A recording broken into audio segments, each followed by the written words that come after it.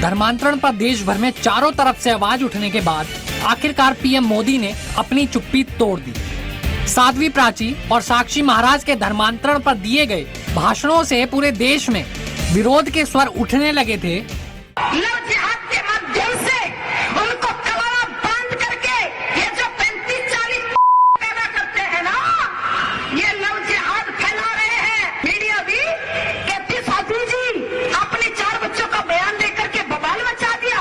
मैंने कहा भाई मैंने 4 ही तो बच्चे कहा है, मैंने 40 पैदा करने के लिए तो नहीं कहा। और ये जरूरी है, इसकी आवश्यकता है, घर वापिस आ जाओ, लेकिन धर्मांतरण पर कानून बनवा के रहेंगे, ये हमारा एक संकल्प है। जिसको देखते हुए पीएम मोदी ने खुद दोनों नेताओं को संयम बरतने के लिए कहा था। इसी को देखते हुए पीएम मोदी ने जोर देकर कहा कि किसी भी धर्म के खिलाफ हिंसा बर्दाश्त नहीं की जाएगी और इस तरह के मामलों में शामिल लोगों के खिलाफ कड़ी से कड़ी कार्रवाई की जाएगी। The ancient Indian play of mutual respect for all faiths is now beginning to manifest in global discourses. This long-felt need and urge for mutually respectful relations led to the Interfaith Conference on Faith in Human Rights at The Hague on 10th December 2008. This was coincidentally also the 60th anniversary of the Universal Declaration of Human Rights by the United Nations. Religious leaders representing every major world religions, Christianity, Hinduism, Judaism, Baha'i faith, Buddhism, Islam, Taoism, and indigenous religions met, discussed, and pledged to uphold the Universal Declaration and of freedom of religion or belief. In their historic declaration, they define what constitutes freedom of faith and how it is to be safeguarded. Modi ने कुरियाकोस उर्फ च्वारा और mother Euphrasia को संत की उपाधि दिए जाने के उपलक्ष्य में आयोजित एक कार्यक्रम में कहा कि सभी धर्मों के प्रति बराबर सम्मान का भाव हर भारतीय के डीएनए में होना चाहिए। हम किसी धर्म के खिलाफ हिंसा को बर्दाश्त नहीं कर सकते। उन्होंने सभी धार्मिक संगठनों से परस्पर सम्मान और सहिष्णुता के साथ काम करने की अपील करते हुए कहा कि भारत बुद्ध और गांधी का देश है। उन्होंने कहा कि हमारी सरकार किसी भी धर्म के खिलाफ हिंसा बर्दाश्त नहीं करेगी।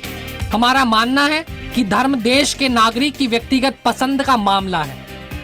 With this commitment, I appeal to all religious groups to act with restraint, mutual respect, and tolerance in the true spirit of this ancient nation, which is manifest in our Constitution and is in line with the Hague Declaration.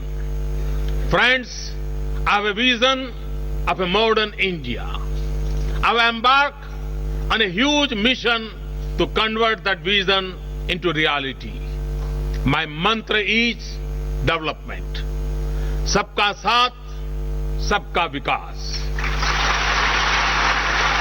In simple terms, it means food on every table, every child in school, a job for everybody, and a house with toilet and electricity for every family.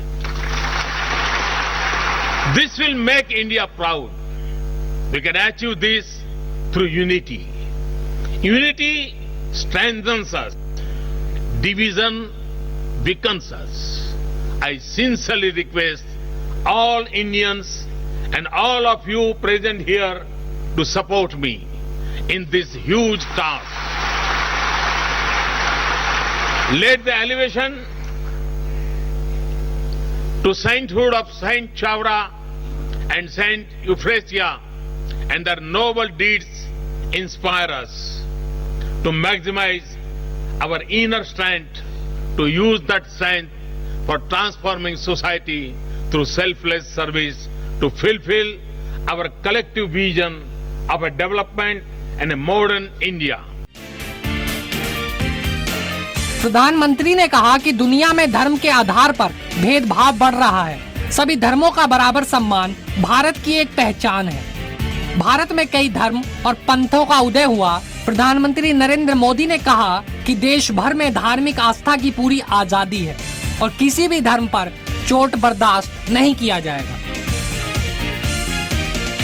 वहीं दूसरी ओर देश में ईसाई समुदाय के गिरजाघरों पर हमले के विरोध में यूनाइटेड क्रिश्चियन डेमोक्रेटिक फोरम ने उत्तर प्रदेश के जिले मेरठ में कमिश्नरी पार्क में डीएम के माध्यम से राष्ट्रपति प्रणब मुखर्जी को ज्ञापन सौंपा।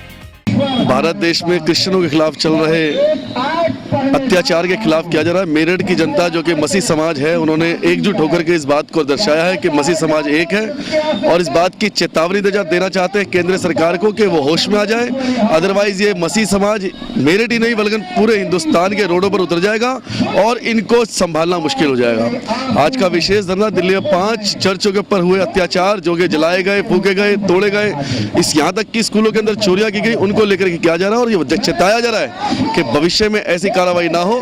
वैसे हमारी बात को राजनाथ सिंह ने मान लिया है, केंद्रीय मंत्री मान गए और हर चर्च के अंदर दिल्ली के अंदर 2-2 पुलिस वाले अपॉइंट कर दिए गए जिनकी 24 घंटे की ड्यूटी है। लेकिन हम चाहते हैं कि हिंदुस्तान के हर क्षेत्र में हर चर्च को, हर पादरी को, हर पासवान को सिक्योरिटी दी जाए ताकि वो अपनी सेवकाई को आदर पूर्वक कर सके, सुरक्षा पूर्वक कर सके। अच्छा, मैं आपसे जानना चाहता हूँ, बसंत विहार में हुए मिशनरी स्कूल पर हमले में पीएम मोदी ने कमिश्नर बीएस बस्सी को तलब किया था, तो आप उससे क्या संतुष्ट नहीं है? नहीं, संतुष्ट हैं, लेकिन एक एरिया में करने से या दिल्ली में करने से हमारा उद्देश्य दिल्ली करने का नहीं, उत्तर प्रदेश के अंदर ही बहुत बुरी हालत हुई है। जिस दिन माननीय नरेंद्र मोदी ने ये कार्य किया उसी दिन प्राची ने, जो सांसद है, उसने कह दिया कि हम हिंदुस्तान में 15 करोड़ लोगों को जो कि अन्य जाति में जा चुके हैं, मुस्लिम और क्रिश्चियन को लेकर के, हम उन्हें हिंदू बनाएंगे। मैं कहना चाहता हूँ नरेंद्र मोदी जी से, अपने उन लोगों को चेताएं, उन लोगों को समझाएं कि वो ऐसी कोई विज्ञप्ति ना दे, वो कोई ऐसा भाषण ना दे, वो ऐसी कोई बात ना करे जिससे कि मसीह समाज पर बुरा इफेक्ट पड़े। ये थे हमारे साथ जयेश बस्सी जी, जिन्होंने कहा धर्मांतरण के मुद्दे पर देश को ना बांटे।